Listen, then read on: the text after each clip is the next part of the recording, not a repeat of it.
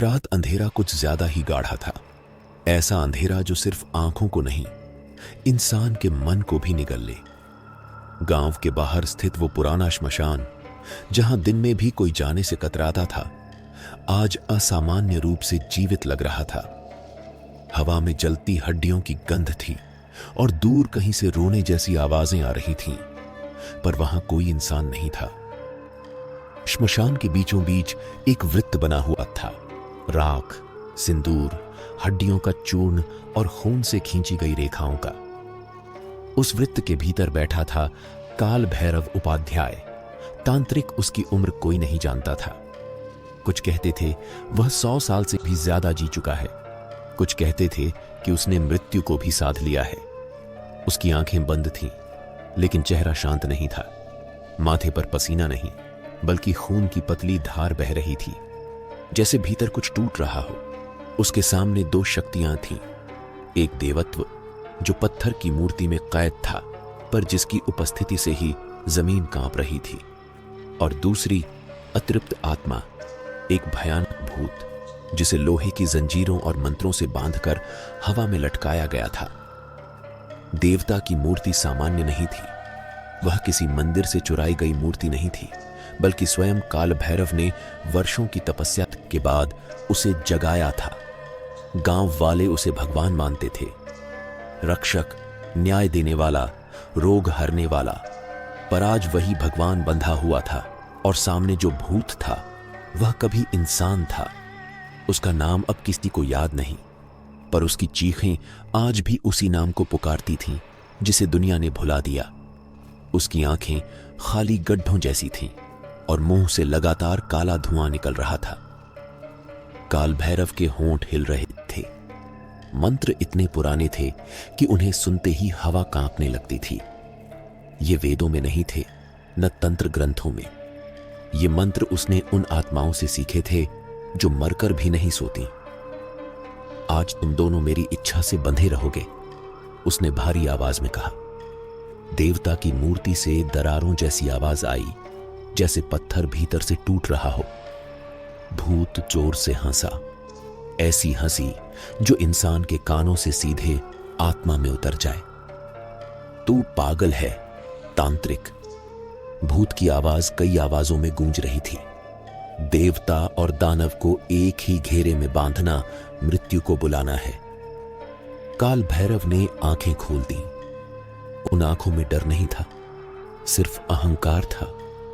मृत्यु को मैं रोज बुलाता हूं, उसने कहा, और वो रोज मेरे दरवाजे से लौट जाती है। उसने मंत्रों की गति तेज कर दी। श्मशान की जमीन फटने लगी। दूर गांव में कुत्ते एक साथ रोने लगे। मंदिर की घंटियां बिना किसी के छुए बजने लगीं। असल में यह सब एक प्रयोग था। काल भैरव सिर्फ शक्ति नहीं चाहता था, वह नियंत्रण चाहता था। वह देखना चाहता था कि अगर भगवान और भूत, 2 विपरीत ध्रुव, एक ही तंत्र में बांध दिए जाएं, तो क्या होगा?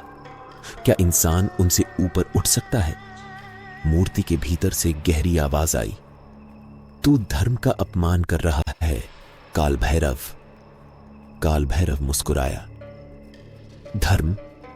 उसने हंसते हुए कहा, धर्म तो वही होता है जो शक्तिशाली तय करे। भूत चिल्लाया। उसकी जंजीरें लाल हो गईं। अगर मैं आजाद हुआ, वह दहाड़ा, तो सबसे पहले तुझे नोचूंगा। और अगर भगवान आजाद हुए? काल भैरव ने पूछा। उस पल कुछ अजीब हुआ। मूर्ति से रोशनी निकली, पर वो शुद्ध नहीं थी।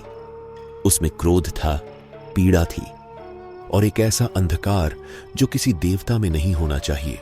काल भैरव का दिल पहली बार कांपा, बस एक पल के लिए। उसी पल मंत्र में एक शब्द गलत निकल गया। सिर्फ एक मात्रा, एक छोटी सी गलती, और वही गलती सृष्टि के संतुलन को चीर गई। वृत्त की रेखाएं जलने लगीं, जंजीरों में दरारें पड़ गईं, मूर्ति की आंखों से खून बहने लगा। काल भैरव ने मंत्र ठीक करने की कोशिश की, लेकिन अब बहुत देर हो चुकी थी। भूत की हंसी आसमान फाड़ने लगी, और देवता चुप हो गए। वो चुप्पी सबसे डरावनी थी। काल भैरव समझ गया, अब दोनों उसकी पकड़ से फिसल रहे हैं, और अगर वे आजाद हुए तो वो सिर्फ एक दूसरे से नहीं लड़ेंगे, वे इंसानों की ओर देखेंगे। उसी समय दूर गांव में पहला दिया बुझ गया, फिर दूसरा, फिर तीसरा, और अंधेरे ने चलना शुरू कर दिया। अंधेरा अब सिर्फ रात का नहीं था, वह चलने लगा था। गांव की गलियों में, खेतों के बीच, कुओं के पास, जहां रोशनी कभी जाती थी, वहां अब कुछ और पहुंच रहा था। दिए बुझते ही लोगों को लगा जैसे किसी ने उनकी आंखों पर हाथ रख दिया हो। हवा भारी हो गई थी, सांस लेना कठिन। श्मशान में काल भैरव अब मंत्र नहीं पढ़ रहा था, वह हाँफ रहा था। उसके सामने बना तांत्रिक वृत्त टूट चुका था, रेखाएं झलकर राख बन रही थीं। देवता की मूर्ति कांप रही थी, जैसे उसके भीतर कोई कैद जानवर दीवारें तोड़ने को उतावला हो। भूत की जंजीरों में एक के बाद एक दरार पड़ चुकी थी। हर दरार के साथ कोई पुरानी चीख बाहर निकलती थी, स्त्रियों की, बच्चों की, उन लोगों की जो कभी इस आत्मा के हाथों मरे थे। रुको, काल भैरव ने पहली बार गिड़गिड़ाकर कहा, मैं तुम्हें फिर बांध सकता हूं, मुझे थोड़ा समय दो। भूत की हंसी अब पास आ चुकी थी। समय? उसने फुसफुसाकर कहा, तूने हमें सदियों बांध रखा, अब हमारा समय है। मूर्ति से आवाज आई, पर वह अब पहले जैसी नहीं थी। काल भैरव, वह बोली, तूने मुझे न्याय से हटाकर अहंकार में बांध दिया, अब मैं वही देखूंगा जो तूने बोया है। काल भैरव को समझ आ गया कि यह देवता अब रक्षक नहीं रहा, और भूत अब सिर्फ बदला नहीं चाहता था, वह शासन चाहता था। जंजीर टूटी एक ही झटके में। भूत जमीन पर उतरा, उसके पैर जमीन को छूते ही मिट्टी काली हो गई, जैसे जीवन झलकर मर गया हो। उसकी परछाई दीवारों पर नहीं, आसमान पर फैल गई। उसी पल मूर्ति फट गई। पत्थर नहीं, बल्कि कोई चमकदार पर अंधकारमय आकृति बाहर निकली। उसके चेहरे पर देवत्व था, पर आंखों में करुणा नहीं थी, सिर्फ निर्णय था, निर्दयी और अंतिम। दोनों शक्तियां आमने सामने खड़ी थीं, और बीच में खड़ा था एक कांपता हुआ इंसान, काल भैरव। इंसान, देवता ने कहा, तूने हमें बांधा, अब तू ही पहला साक्षी बनेगा। भूत आगे बढ़ा, लेकिन देवता ने हाथ उठाया। नहीं, उसने कहा, इसे जीने दो, इसे हर वो चीज दिखनी चाहिए जो इसकी गलती से होगी। काल भैरव चीखना चाहता था, पर आवाज नहीं निकली। उसे उठा लिया गया हवा में। उसकी आंखें जबरदस्ती खुली रखी गईं। गांव में पहली मौत हो चुकी थी। एक बूढ़ी औरत जो रोज मंदिर में दिया जलाती थी, अपने घर में बैठी थी। अंधेरा आया, उसके कान में कुछ फुसफुसाया, और वह वहीं गिर पड़ी। चेहरे पर डर नहीं था, बल्कि अजीब सी शांति थी, जैसे किसी ने आत्मा को खींच लिया हो। फिर बच्चे, फिर जानवर, फिर वो लोग जो खुद को बहुत धार्मिक मानते थे। देवता ने कुछ नहीं रोका, भूत ने सब किया। तू क्यों नहीं रोक रहा? काल भैरव चिल्लाया। देवता ने उसकी ओर देखा। क्योंकि इंसानों को अब अपने कर्म देखने होंगे। उन्होंने आंख बंद कर मुझे पूजा, पर सवाल नहीं किया, और तूने मुझे हथियार बनाया। भूत गांव की गलियों में घूम रहा था, पर वह हर किसी को नहीं मार रहा था। वह कुछ लोगों को छोड़ रहा था जो झूठे थे, लालची थे, हिंसक थे। वे बच रहे थे, और यही सबसे डरावना था। कुछ घंटों में गांव बदल गया। जो अच्छे थे वे गायब थे, जो बुरे थे वे कांपते हुए जीवित थे। सुबह हुई, पर सूरज नहीं निकला। आसमान पीला था, जैसे बीमार हो। मंदिर की घंटियां टूट चुकी थीं। लोग इकट्ठा हुए, लेकिन पूजा के लिए नहीं, डर के कारण। और तभी उन्होंने देखा, श्मशान की ओर से दो परछाइयां गांव की ओर आ रही थीं। एक उजली पर ठंडी, एक काली पर जीवित। देवता और भूत दोनों आजाद, और उनके बीच घसीटा जाता हुआ काल भैरव। आज से देवता की आवाज पूरे गांव में गूंजी। कोई पूजा नहीं होगी, कोई प्रार्थना नहीं, अब कर्म का सीधा फल मिलेगा। भूत हंसा और मैं उस फल का स्वाद लूंगा। काल भैरव को जमीन पर फेंक दिया गया। वह रो रहा था, थूक में लिपटा, टूट चुका। मुझे माफ कर दो, वह बुदबुदाया। मैं सब ठीक कर दूंगा। देवता झुका। अब ठीक करने का समय नहीं, उसने कहा, अब भुगतने का समय है। उसी पल काल भैरव की परछाई जमीन से अलग हो गई। वह उठी और मुस्कुराई। भूत अचानक रुका। देवता की आंखें सिकुड़ी। काल भैरव ने सिर उठाया। उसकी आवाज अब उसकी नहीं थी। तुम दोनों ने एक बात भूल की, वह बोला। मैंने सिर्फ तुम्हें बांधा नहीं था, मैंने खुद को भी बांधा था। और उसी क्षण जमीन के नीचे से मंत्रों की गूंज उठी। ऐसे मंत्र जो अब तक बोले ही नहीं गए थे। कहानी अभी खत्म नहीं हुई थी। असल युद्ध अब शुरू होने वाला था। मंत्रों की गूंज जमीन के नीचे से नहीं, बल्कि समय के भीतर से आ रही थी। ऐसा लग रहा था जैसे अतीत, वर्तमान और भविष्य एक दूसरे पर चढ़ते जा रहे हों। काल भैरव की परछाई अब सिर्फ परछाई नहीं रही थी, वह ठोस होने लगी थी। मांस और हड्डियों से नहीं, बल्कि स्मृतियों, अपराधों और तपस्या से बनी हुई। उसकी आंखें जल रही थीं, लेकिन उनमें डर नहीं था।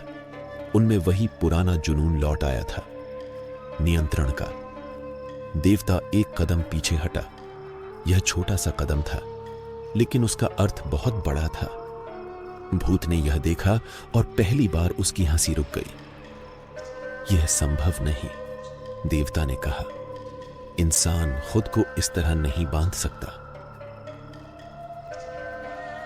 काल भैरव, या जो अब वह बन चुका था, धीरे धीरे खड़ा हुआ। उसका असली शरीर जमीन पर पड़ा था, अधमरा, लेकिन परछाई जीवित थी। इंसान वही कर सकता है, उसने कहा, जिसे तुम दोनों ने कभी समझा ही नहीं। मैं डर से नहीं, लालच से नहीं, बल्कि ज्ञान से आगे बढ़ा था। भूत फुफकारा। ज्ञान? उसने जमीन पर हाथ मारा और चारों ओर मरे हुए लोगों की परछाइयां उठने लगीं। गांव वाले, बच्चे, बूढ़े, औरतें, सबकी आंखें खाली थीं।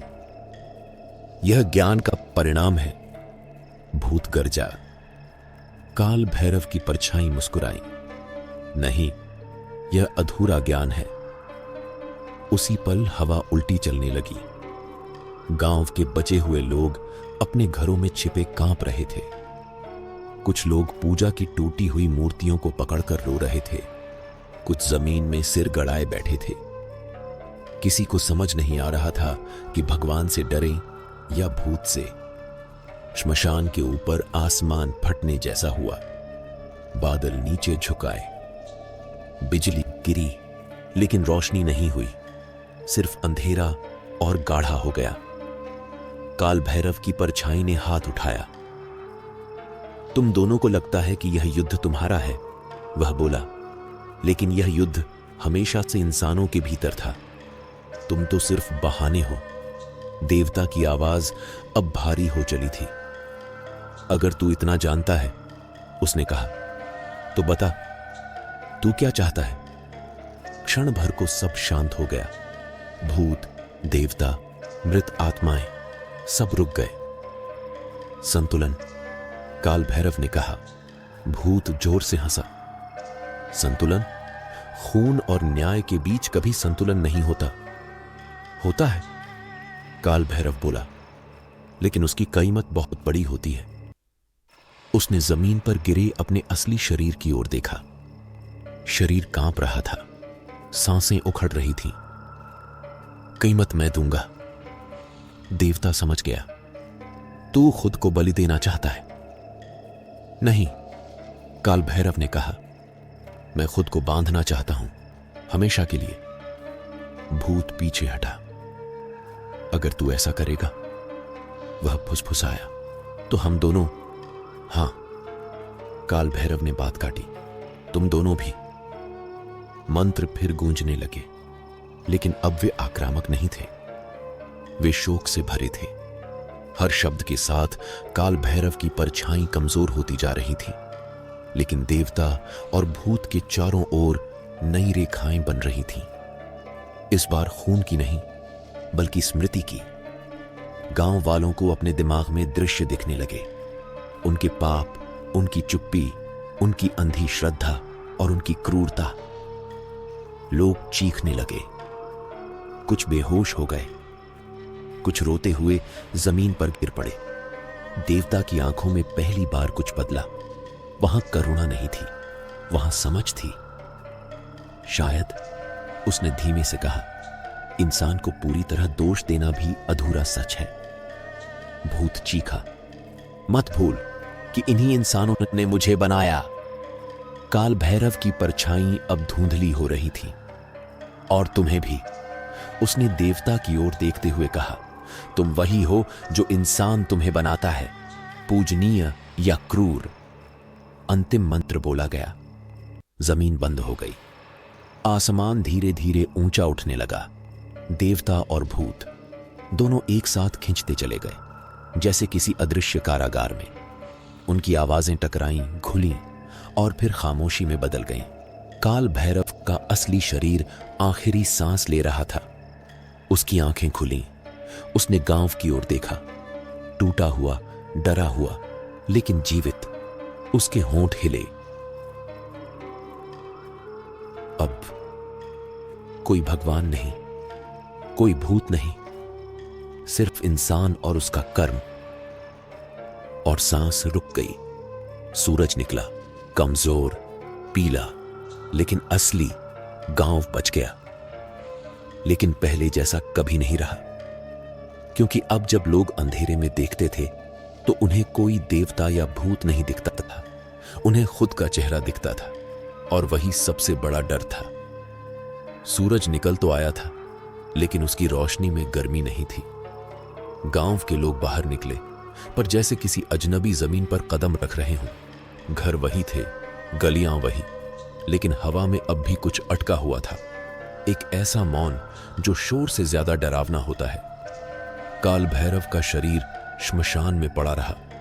किसी में उसे छूने की हिम्मत नहीं थी। जो तांत्रिक कभी देवता और भूत को बांध चुका था, अब खुद एक चेतावनी बन चुका था। कुछ लोग कहते थे उसकी आंखें अब भी खुली हैं, कुछ कहते थे रात को उसकी परछाई हिलती है। गांव में अजीब घटनाएं शुरू हो गईं। अब कोई सीधी मौत नहीं हो रही थी। डर बदल गया था और गहरा हो गया था। जो आदमी चोरी करता था, वह रात को अपने ही हाथों को काटने की कोशिश करने लगा, क्योंकि उसे लगता था हाथ फुसफुसा रहे हैं। जो औरत झूठी श्रद्धा दिखाती थी, उसे हर रात सपने में वही देवता दिखता, लेकिन इस बार वह पूजा नहीं, हिसाब मांगता। जो आदमी हिंसक था, उसे हर आईने में भूत का चेहरा दिखता, पर आंखें उसकी अपनी होती। लोग समझ नहीं पा रहे थे कि यह श्राप है या न्याय। मंदिर अब भी खड़ा था, लेकिन उसमें कोई मूर्ति नहीं थी। फिर भी कुछ लोग वहां जाते थे। वे प्रार्थना नहीं करते थे, वे चुपचाप बैठ जाते थे, क्योंकि वहां बैठते ही मन के भीतर की आवाजें तेज हो जाती थीं। एक दिन गांव में एक बच्चा बोला, मां, भगवान अब बाहर नहीं रहते। उसकी मां के पास कोई जवाब नहीं था। उसी रात पहली बार किसी ने देखा कि काल भैरव की कब्र के पास जमीन धंस गई है। भीतर कोई आग नहीं थी, कोई रोशनी नहीं थी, बस एक गहराई जो खत्म नहीं होती थी। और उस गहराई से आवाज आई, देवता की नहीं, भूत की नहीं, बल्कि काल भैरव की। संतुलन कोई अंत नहीं होता। आवाज फुसफुसाई, वह एक बोझ होता है। गांव के बाहर के लोग आने लगे। किसी को सपने आते थे, किसी को आवाजें। वे यहां जवाब ढूंढने आते थे। कुछ पागल होकर लौटते थे, कुछ बदलकर। धीरे धीरे यह जगह नक्शों से गायब होने लगी। रास्ते बदल जाते थे। जो बिना कारण आता था वह वापस नहीं जा पाता था। और फिर एक रात एक अजनबी आया। उसकी आंखों में वही बेचैनी थी जो कभी काल भैरव की आंखों में थी, लेकिन उसमें अहंकार नहीं था, डर था। वह श्मशान में खड़ा हुआ और बोला, अगर कोई सुन रहा है मुझे सिखा दो। हवा रुकी, अंधेरा झुका। कब्र के नीचे से वही आवाज आई, मैंने देवता और भूत को बांधा था, तू खुद को बांधने को तैयार है? अजनबी कांप गया। अगर यही सच है तो हां। गांव की जमीन फिर से कांपने लगी, लेकिन इस बार कोई देवता आजाद नहीं हुआ, कोई भूत नहीं निकला। इस बार एक और इंसान रास्ते पर उतर रहा था, क्योंकि संतुलन बना रहता है जब तक कोई उसे उठाने वाला हो। और अंधेरा कभी जाता नहीं, वह बस अगला नाम ढूंढता है। अजनबी श्मशान में खड़ा कांप रहा था, लेकिन वह भागा नहीं। यही बात उसे बाकियों से अलग बनाती थी। हवा ठंडी थी, पर पसीना उसकी गर्दन से बह रहा था। उसे साफ महसूस हो रहा था कि जमीन के नीचे कुछ जाग रहा है। कोई शक्ति नहीं, बल्कि कोई जिम्मेदारी। नाम, आवाज फिर आई, माधव। अजनबी ने कहा। उसका गला सूख गया था। मैं भाग रहा था अपने आप से। जमीन के नीचे से हल्की हंसी गूंजी। सब यही कहते हैं। माधव के सामने दृश्य बदलने लगे। वह अब श्मशान में नहीं था, वह अपने बचपन में था। वही घर, वही आंगन।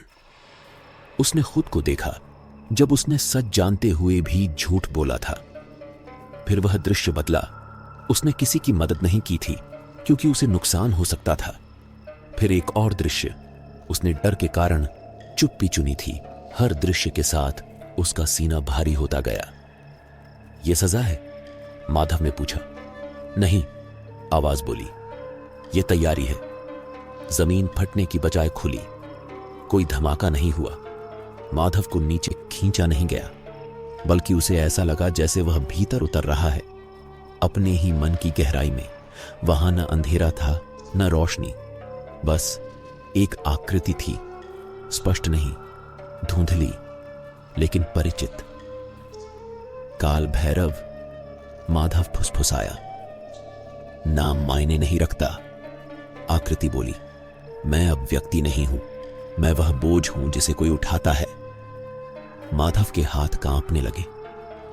अगर मैंने मना किया तो कोई और आएगा, आकृति ने कहा।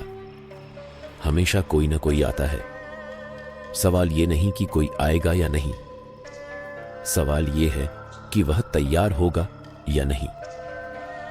माधव ने चारों ओर देखा। उसे देवता नहीं दिखे, उसे भूत नहीं दिखे, उसे सिर्फ इंसानों की परछाइयां दिखीं। हजारों, लाखों। कुछ रोती हुई, कुछ चिल्लाती हुई, कुछ चुप। ये सब कौन है? उसने पूछा। वे जो जिम्मेदारी से भागे, आवाज बोली। और वे भी जिन्होंने बिना सोचे किसी को भगवान बना दिया या राक्षस। माधव को समझ आने लगा। यहां कोई पूजा नहीं थी, यहां कोई तंत्र नहीं था, यहां सिर्फ चेतना थी। अगर मैं यह बोझ उठा लूं, माधव ने कहा, तो क्या सब ठीक हो जाएगा? आकृति शांत रही, फिर बोली, नहीं, सब ठीक कभी नहीं होता, बस अंधेरा फैलने से रुकता है। माधव ने आंखें सौ बंद कर ली। उसे अपने भीतर डर महसूस हुआ, लेकिन उसके नीचे एक और चीज थी, स्वीकार। मैं तैयार हूं, उसने कहा। उसी पल ऊपर गांव में बदलाव शुरू हो गया। लोगों ने देखा कि आईनों में अब चेहरे विकृत नहीं होते। सपने अब डराते नहीं थे, बल्कि सवाल पूछते थे। मंदिर अब भी खाली था, लेकिन वहां बैठने पर आत्मा हल्की लगती थी। श्मशान में माधव का शरीर बैठा रहा, न हिला न गिरा, लेकिन उसकी परछाई लंबी होती गई। वह अब जमीन से जुड़ी नहीं थी, वह लोगों के भीतर फैलने लगी। माधव अब एक व्यक्ति नहीं रहा था, वह चेतावनी बन गया था। कभी कभी रात को लोग महसूस करते थे कि कोई उनके भीतर पूछ रहा है, जो कर रहे हो क्या वही सही है? अगर जवाब हां होता तो चैन मिलता, अगर नहीं तो नींद नहीं आती। और कहीं बहुत भीतर काल भैरव की वह आखिरी बात गूंजती रहती, संतुलन कोई जीत नहीं है, वह रोज निभाई जाने वाली सजा है। और यही वजह थी कि देवता वापस नहीं आए और भूत भी नहीं, क्योंकि जब इंसान खुद से भागना बंद कर देता है तो अंधेरे को ठहरने की जगह नहीं मिलती। लेकिन कहानी यहीं खत्म नहीं होती, कभी नहीं होती, क्योंकि कहीं ना कहीं कोई फिर से भाग रहा होता है। सब कुछ शांत लगने लगा था, इतना शांत कि लोगों को डर लगने लगा कि कहीं यह शांति भी एक धोखा ना हो। गांव में अब चीखें नहीं थीं, सपनों में खून नहीं दिखता था, लेकिन रात के सन्नाटे में एक सवाल हर दिल में उठता था, क्या सच में सब खत्म हो गया है? माधव की परछाई अब लोगों की आंखों से ओझल हो चुकी थी। कई दिनों तक श्मशान सूना रहा। लोगों ने मान लिया कि संतुलन बन चुका है, और यही सबसे बड़ी गलती थी। एक रात बिना किसी संकेत के गांव का सबसे छोटा बच्चा नींद में उठकर बैठ गया। उसकी आंखें खुली थीं, लेकिन पुतलियां गायब थीं। वह धीरे धीरे बुदबुदाया, अब बोझ भारी हो रहा है। मां ने उसे झकझोर कर उठाया, लेकिन बच्चा वहीं गिर पड़ा। जिंदा था, पर उसकी आवाज उसकी नहीं रही। उसी रात कई लोगों ने एक ही सपना देखा, एक अंतहीन गलियारा, दीवारों पर जलते हुए मंत्र, और बीच में माधव खड़ा था, थका हुआ, टूटता हुआ। मैं अकेला नहीं संभाल पा रहा, उसने कहा। काल भैरव ने चेताया था, यह सजा रोज निभानी पड़ती है। सपने के आखिर में एक दरवाजा था, उस पर कोई नाम नहीं लिखा था, बस एक निशान, टूटी हुई घंटी और जंजीर। सुबह होते ही गांव में अजीब घटनाएं होने लगी। लोग वही गलतियां दोहराने लगे, झूठ, लालच, हिंसा। पर अब उन्हें रोकने वाला कोई डर नहीं था। सवाल पूछने वाली आवाज धीमी पड़ने लगी। श्मशान में जमीन फिर से धंसने लगी। इस बार कोई मंत्र नहीं गूंजा, कोई चेतावनी नहीं मिली, और तभी एक हंसी सुनाई दी, वही पुरानी, कर्कश, फटी हुई हंसी। इंसान कभी नहीं बदलता, आवाज बोली, वह बस निगरानी में अच्छा बनता है। अंधेरे से एक आकृति उभरी, न पूरी तरह भूत, न पूरी तरह देवता। उसके चेहरे पर दोनों की झलक थी, और आंखों में आजादी। संतुलन टूट रहा है, वह बोली, और इस बार कोई तांत्रिक नहीं बचेगा। उसी पल माधव की आवाज गूंजी, दूर, बहुत दूर से, अगर कोई सुन रहा है तो याद रखना, अंधेरा तभी लौटता है जब इंसान मान लेता है कि कहानी खत्म हो गई है।